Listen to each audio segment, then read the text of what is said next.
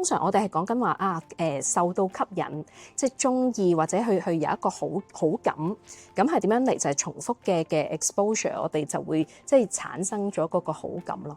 咁但係又唔係一定成日重複去有嗰個 exposure 就一定會有好感㗎喎。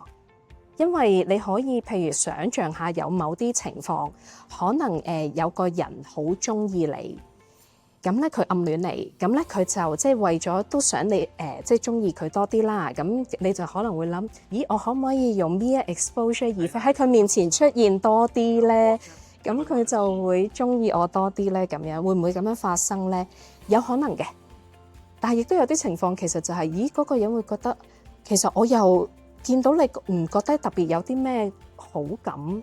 而家咁樣嘅重複嘅 exposure 反而可能會有一個唔好嘅效果，就係佢覺得哎呀好厭好煩喎咁樣。咁其實反而喺嗰個情況之下，咩 exposure effect 就會變咗做一個反效果啦，係啦，會產生咗反效果咯。